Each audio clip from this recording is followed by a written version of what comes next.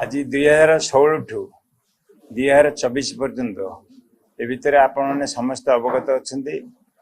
All Odisha lawyer association दुई भाग में ग्रुपिजम होता दुई भाग में विभक्त होता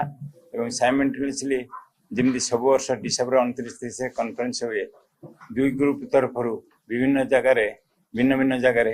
दुईटी कॉन्फ्रेंस होता साइमल्टेनियसली आउ तार आम ए भितर आम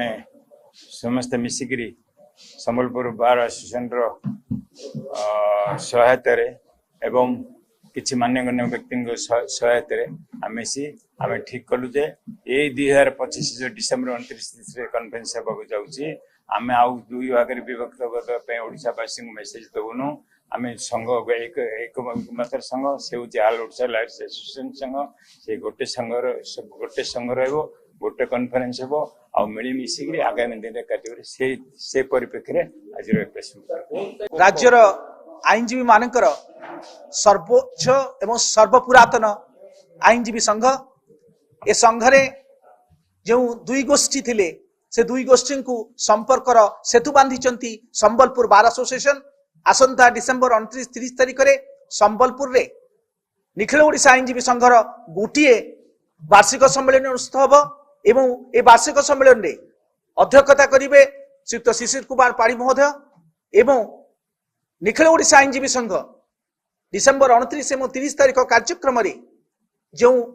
गुरुत्वपूर्ण प्रसंग रखी प्रथम प्रसंगटी हूँ राज्य में एडवोकेट एकाडेमी प्रतिष्ठा हबार आवश्यकता अच्छी राज्यर आईनजीवी मानकर बौद्धिक प्रशिक्षण बहुत बड़ आवश्यकता को आम उपलब्धि करुचु एवं द्वितीय प्रसंग हूँ संबलपुर बार एसोसिएशन जो सदस्य मान ना 2023 मसीह मकदमा होता से समस्त मकदमा गुड़िक राज्य सरकार तुरंत प्रत्याहार करने लगी निखिल ओडिशा आईनजीवी संघ आज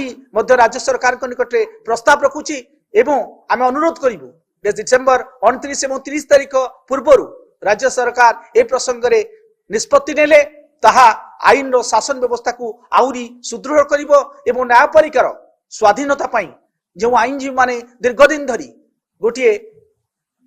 अभिभावक हिसाब से न्यायिक प्रक्रियार कार्य करुचंती सेमाने मध्य शक्तिशाली एवं समृद्धिशाली हेबे एवं आईन रो शासन व्यवस्था राज्य में आहुरी सुदृढ़ हो पारिबो।